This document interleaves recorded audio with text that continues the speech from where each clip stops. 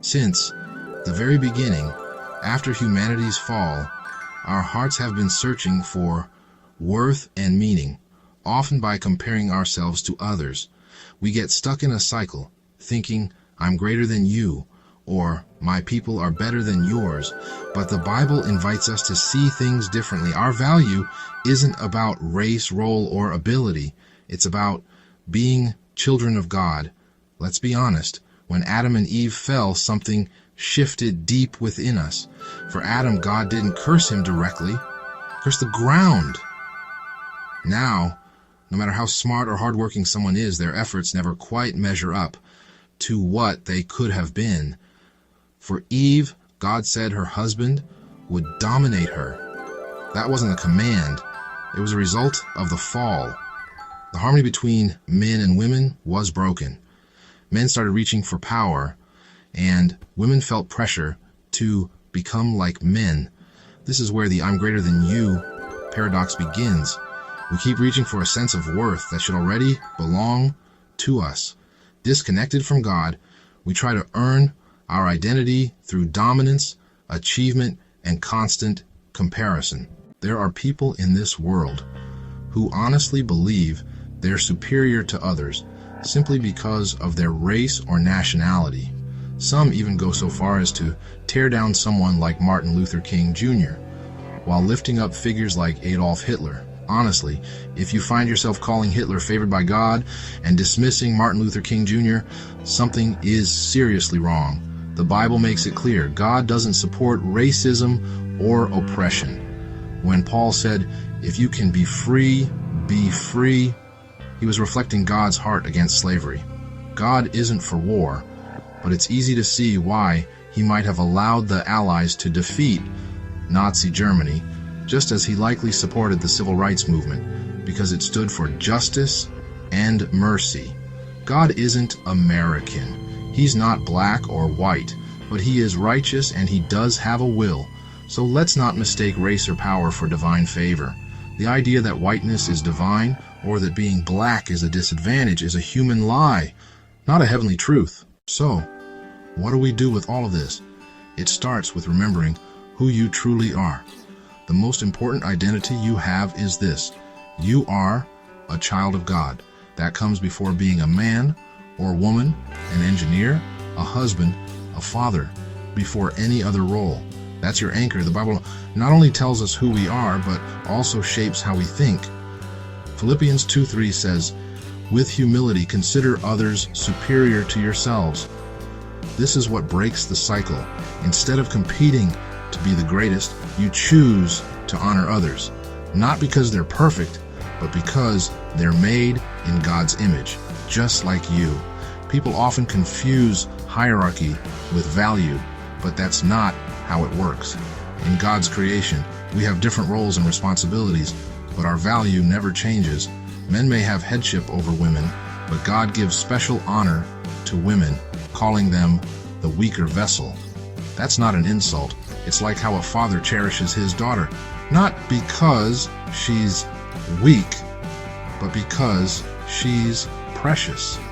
Even among angels, there are ranks, cherubs and seraphs, but all serve God's will.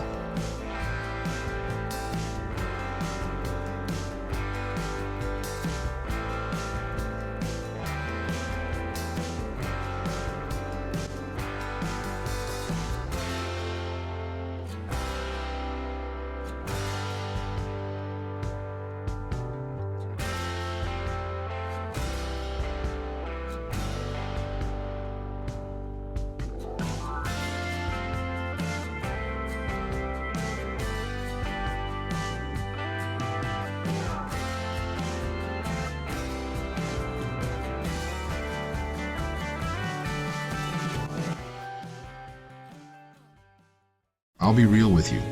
As a black American, sometimes it feels like we're the pound for pound champs. Our community may be small, but our impact is huge. We carry the full genome. We adapt, we create, we survive, and we shine. It's easy to let that pride take over sometimes, but then I remember that's not what the Bible teaches. Just because a group is strong doesn't mean they're greater than others. God made all nations from one man. Every tribe, every race, every nation has had its time. Shem, Ham, and Japheth all played their part in the story of humanity.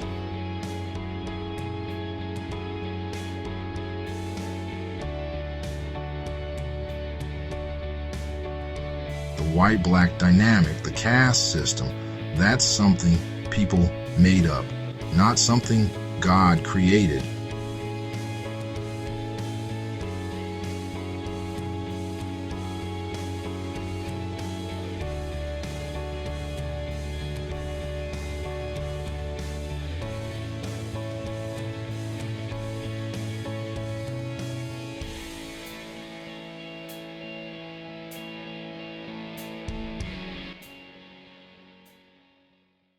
Everyone you meet has strengths you may not have.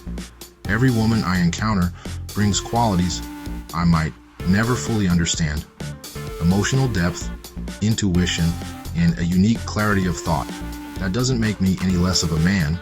It simply means she's more fully herself. The same goes for people from different cultures, races, or backgrounds.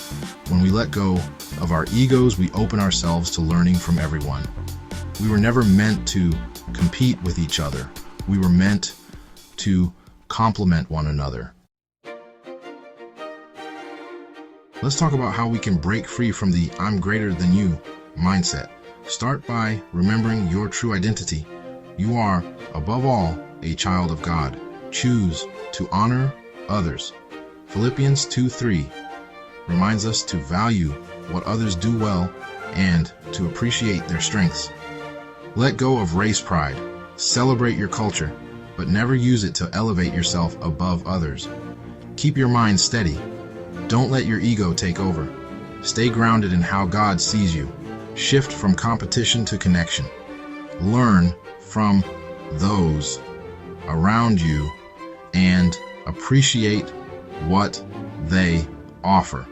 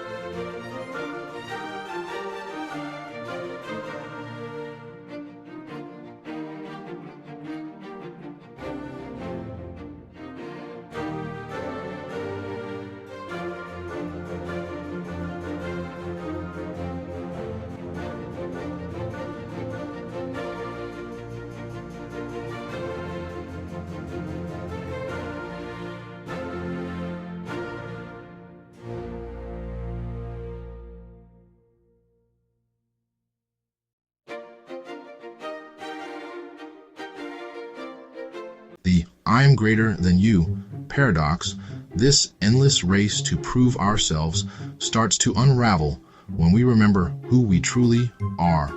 God doesn't measure worth the way the world does. For him, hierarchy is about order and purpose, not about who matters more. When we choose humility, see others through God's eyes, and let go of our egos, we don't just grow as individuals, we grow together. That's how real change happens in the world, not by dominating, but by honoring each other, finding balance and showing grace.